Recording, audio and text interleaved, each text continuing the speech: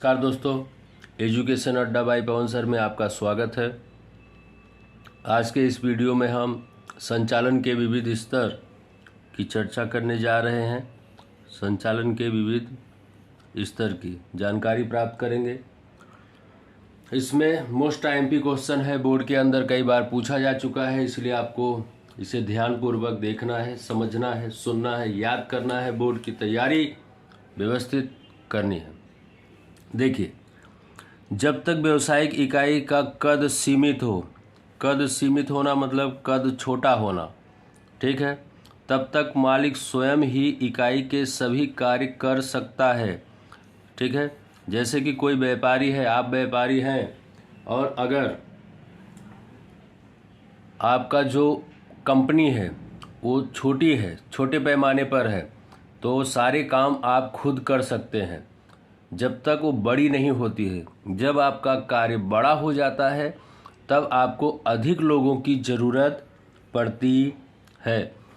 इस तरह व्यावसायिक इकाई के कद में वृद्धि होती है तब कर्मचारियों की संख्या में भी वृद्धि होती है। मैंने अभी आपको बताया कि जब इकाइयों की संख्या बढ़ेगी, आपका कामकाज बढ़ेगा, तो उसमें काम करने वाले लोगों की संख्या को भी बढ़ाना पड़ता है। उच्च अधिकारी अपने सभी अधीनस्थों की सीधी देखरेख नहीं कर सकता। जो मेन अधिकारी है, जो मेन मालिक है, वह काम बड़ा हो जाने के बाद, काम विस्तार पूर्वक हो जाने के बाद सभी कार्य करने वाले कर्मचारियों की सीधा प्रत्यक्ष रूप से देखरेख कर सकता नहीं है, जिससे अधिकार सौंपना ही पड़ता है। तब वह व्यक्ति क्या करता है, किसी न किसी व्यक्ति को अपना काम सौंपता है, देखरेख का काम सौंपता है, जिम्मेदारी का काम सौंपता है। अधिकार सौंपने के कारण संचालन के विविध स्तरों का उद्भव होता है। विविध स्तर मतलब कि जैसे कि कोई सुपरवाइजर बनेगा, कोई मैनेजर बनेगा, कोई कर्मचारी बनेगा, कोई हेल्पर बनेगा, तो सबके कार्य यहाँ पर सौंपे जाएंगे और सभी व्यक्ति अपने अपने कार्य के आधार पर अपना कार्य जो है निष्ठापूर्वक करते हैं। वह स्तर जितने अधिक हों उतने ही खर्च में वृद्धि होती है। जितने लोगों को कार्य सौंपा जाएगा, जितने लोगों को जिम्मेदारी दी जाती है, उतने लोगों को वेतन भी देना पड़ता है, जिस कारण से क्या होगा, कार्य में वृद्धि के साथ साथ खर्च में भी वृद्धि देखने को मिलती है। नियंत्रण और संकलन का कार्य क्या हो जाता है, कठिन हो जाता है। इसलिए व्यवस्था तंत्र में संचालन के स्तर संभव हो उतने कम होने चाहिए। संचालन के यहाँ पर मुख्य 3 स्तर दर्शाए गए हैं। कितने स्तर दर्शाए गए हैं? 3। मोस्ट आईएमपी क्वेश्चन है, ये बनाकर आपको तैयार करना है। बोर्ड की एग्ज़ाम में कई बार पूछा जा चुका है और पूछे जाने की संभावना बनी रहती है। जैसे कि हम बात कर रहे थे संचालन के मुख्य 3 स्तर, तो पहला है उच्च स्तर, दूसरा है मध्य स्तर, तीसरा है निम्न स्तर। अब यहाँ पर तीनों स्तर का यहाँ पर एक कॉलम बना है। पहले उच्च स्तर में किसका किसका समावेश होगा, मध्य स्तर में किसका समावेश होगा और निम्न स्तर में किसका समावेश होगा, उसके बारे में जानकारी प्राप्त करेंगे। तो आप देख पा रहे हैं उच्च स्तर में संचालक मंडल, मैनेजिंग डायरेक्टर, जनरल मैनेजर का समावेश होता है।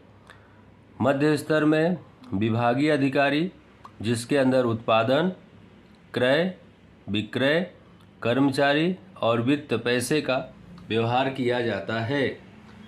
तीसरा है निम्न स्तर, जिसमें निरीक्षक, जोबर और फोरमैन का समावेश होता है।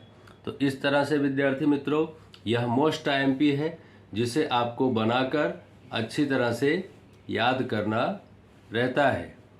अब हम देखेंगे उच्च स्तर के कार्य। उच्च स्तर के कार्य यहाँ पे तो बहुत सारे दिए, लेकिन मैं आपको उसे शॉर्ट में समझाने की कोशिश करूँगा। जितना आपको लिखना है, जितना आपको याद करना है, उतना ही मैं आपको बताऊंगा। जैसे कि यहाँ पर दिया है कि इकाई के संचालन से संबंधित सर्वोच्च अधिकार वाले स्तर को उच्च स्तर के रूप में पहचाना जाता है। इकाई के संचालन में सर्वोच्च अधिकार, सभी सबसे बड़ा अधिकार को उच्च स्तर का अधिकार माना जाता है। संचालन के उच्च स्तर में संचालक मंडल, मैनेजिंग डायरेक्टर, जनरल मैनेजर, मुख्य प्रबंधकीय अधिकारी का समावेश, जिसे सीईओ कहते हैं। व्यवसायिक इकाई के महत्वपूर्ण नीति विषयक निर्णय लेने का कार्य उच्च स्तर का होता है। व्यवसायिक स्तर में कौन सा निर्णय लेना है, ये कार्य किसका होता है? उच्च स्तर का होता है। अब इन्हें कौन कौन से काम करने हैं उसके बारे में जानकारी प्राप्त करेंगे।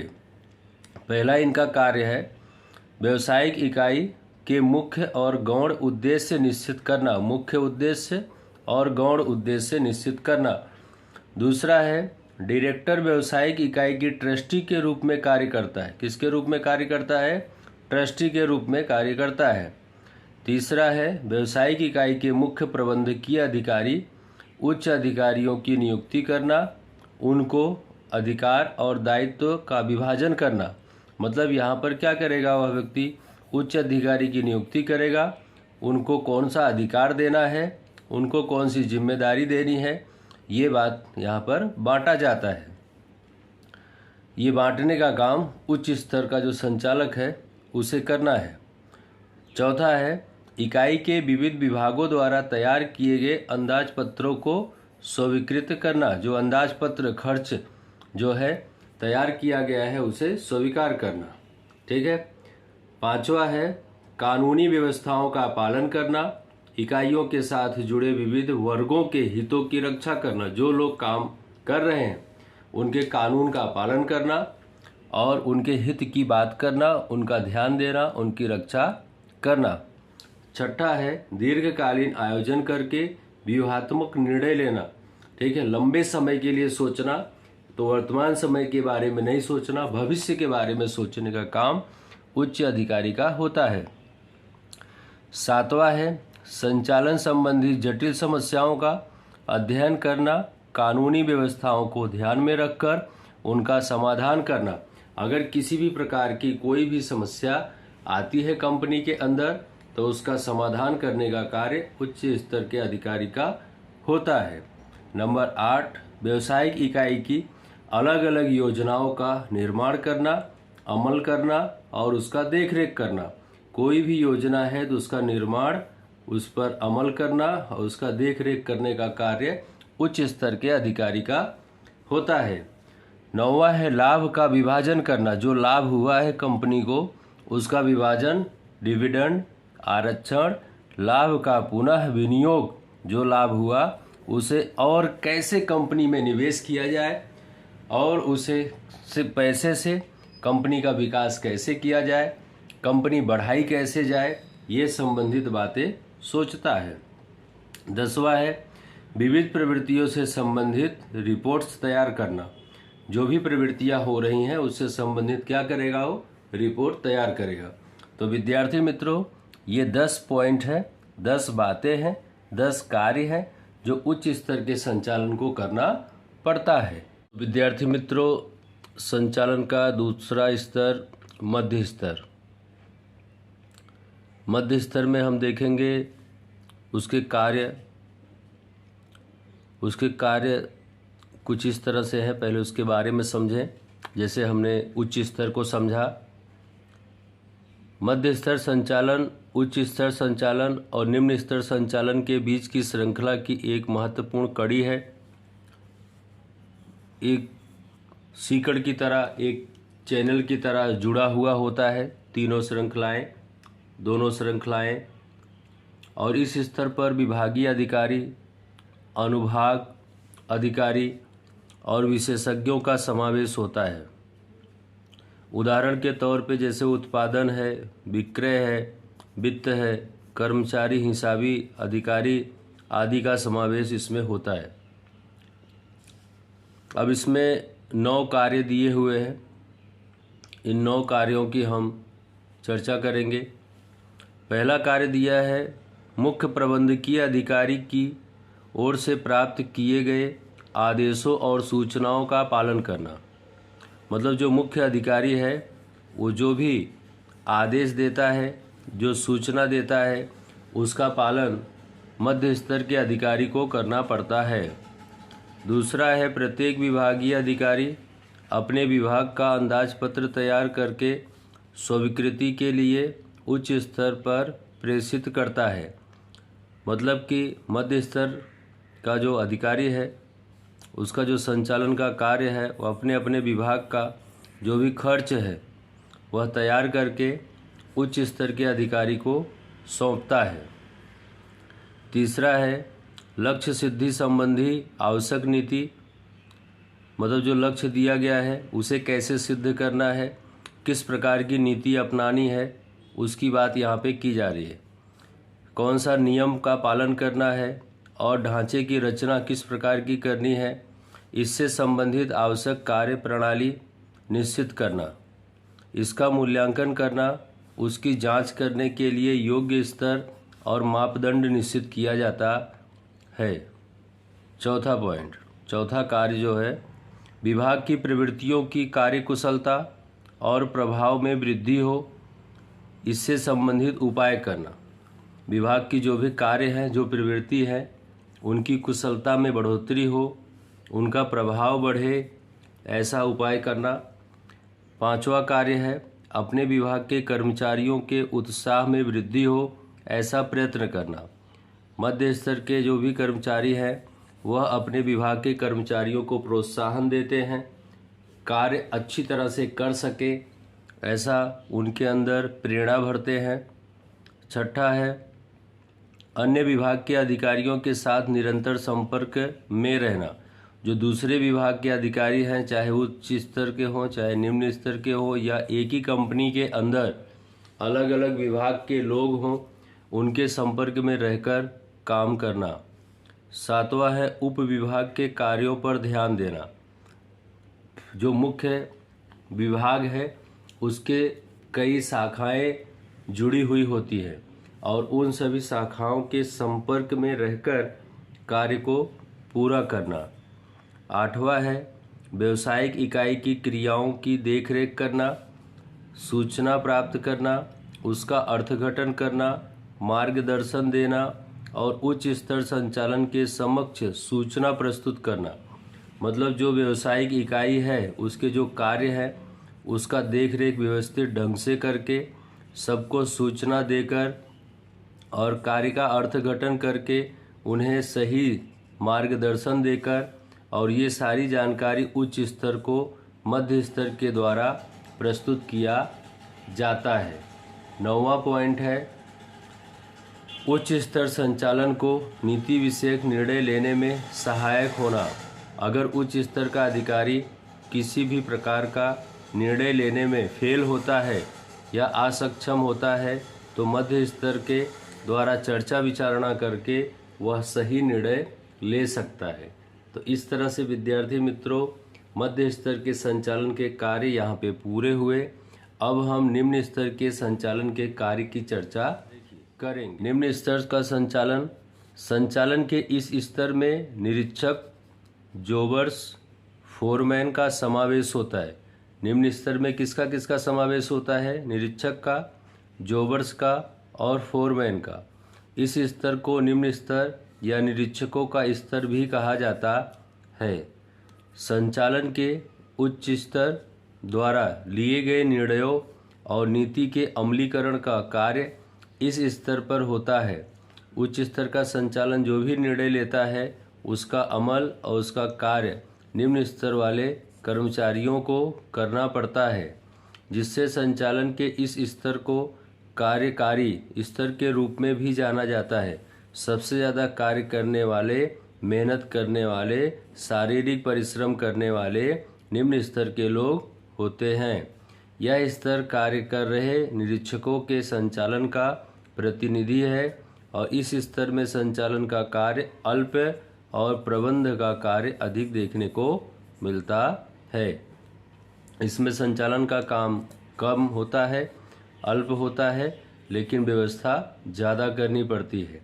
इसलिए हम देखेंगे अब निम्न स्तर के संचालन के कार्य। निम्न स्तर के संचालन के कुल 10 कार्य हैं, जिसमें से हम पहला देखेंगे। नंबर 1, श्रमिकों के कार्यों का निरीक्षण करना। श्रमिक मजदूर जो काम कर रहे हैं उनका निरीक्षण करना। नंबर 2, श्रमिकों में अनुशासन और उत्साह में वृद्धि हो ऐसा प्रयत्न करना। जो श्रमिक हैं उनके अनुशासन बना रहे, अनुशासनहीनता ना करें, उसका ध्यान रखना है।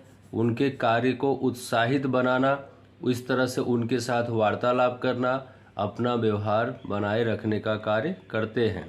तीसरा है अपने विभाग के दैनिक कार्यों का आयोजन करना। जिस व्यक्ति को, जिस श्रमिक को जो कार्य दिया गया है उसका आयोजन खुद करना। नंबर 4, कर्मचारियों से संबंधित कार्य करना। कर्मचारियों से संबंधित कार्य करना मतलब कर्मचारी कौन सा कार्य कर रहा है, किस कर्मचारी को कौन सा काम मिला है, वह काम करना। अब उस कार्य में कैसा है कि जैसे कि कोई एक व्यक्ति है, वह अपना कार्य निष्ठापूर्वक करता है, तो समय बीतने पर उसका पदोन्नति करना, उसका स्थानांतरण करना, ठीक है, उसे प्रशिक्षण देना, उसे बताना, उसे सिखाना। 5वां है अपने विभाग के कार्य करने के लिए विभागीय अधिकारियों से सूचनाएं, आदेश और कार्यक्रम प्राप्त करना होता है। 6ठा है यंत्रों की व्यवस्था, यंत्रों की मरम्मत और सुरक्षा के कार्य। जब तक कर्मचारियों को यंत्र नहीं मिलेगा तब तक वे लोग व्यवस्थित ढंग से काम नहीं कर पाएंगे। यंत्र बिगड़ गया तो उसको सुधारना, ठीक है, उसकी सुरक्षा देखरेख करना। 7वां है श्रमिकों को कार्य करने के लिए साधन सामग्री देना, कच्चा माल उपलब्ध करवाना आदि। 8वां है कर्मचारियों के योग्य प्रश्नों का उचित समाधान करना। कर्मचारी जो है उसके काम से लेकर, साधन से लेकर, वेतन से लेकर सारे कार्यों को यहाँ पर हल किया जाता है, समाधान किया जाता है। 9वां है उच्च स्तर द्वारा लिए गए निर्णयों और नीतियों का अमल करना। उच्च स्तर के अधिकारियों ने जो निर्णय लिया है, जो नीति नियम बनाया है, उसका पालन किया जाता है। 10वां है निम्न स्तर में होती विविध प्रवृत्तियों का विवरण। निम्न स्तर के द्वारा जितनी भी प्रवृत्तियां होती हैं उसका विवरण। श्रमिकों का सुझाव, श्रमिक जो सुझाव दें उनकी जो शिकायत है मध्य स्तर को भेजा जाता है और मध्य स्तर जो है वह उच्च स्तर को भेजता है। इस तरह से निम्न स्तर संचालन सबसे निम्न स्तर का होता है, फिर भी सबसे ज़्यादा महत्वपूर्ण का है। और इस स्तर का सफल कार्य अर्थात संगठन के लक्ष्यों की सफल प्राप्ति होती है, जो समग्र संगठन को आधार प्रदान करता है। तो विद्यार्थी मित्रों, यहाँ पर संचालन के तीनों स्तर की बात यहाँ पे पूरी हुई और ये प्रश्न यहाँ पे पूरा होता है। अगले वीडियो में अगले प्रश्न के साथ हम चर्चा करेंगे। हम देखेंगे अगले प्रश्न में संचालन के उच्च स्तर, मध्य स्तर और निम्न स्तर के बीच अंतर को। तब तक अगले वीडियो का आप इंतज़ार करिए।